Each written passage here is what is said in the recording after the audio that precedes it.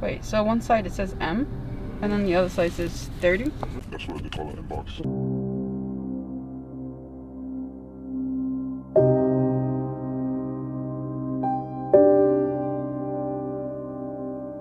The 30 is 30 milligrams. It's supposed to be real Oxycodone. It's supposed to look like that's how the real oxys look, you know? One of these.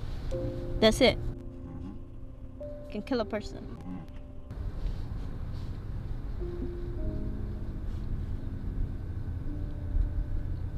In 10 minutes. Less than 10 minutes. What are you talking about? If they overdose within the first couple of minutes. Wow.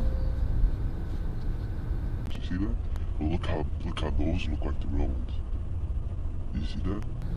They look exactly alike. They look exactly alike.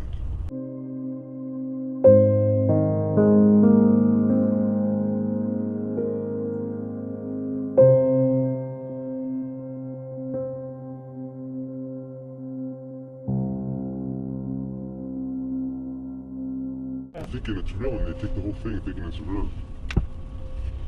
These pills, instead of smoking them or sniffing them, like they legit digest them.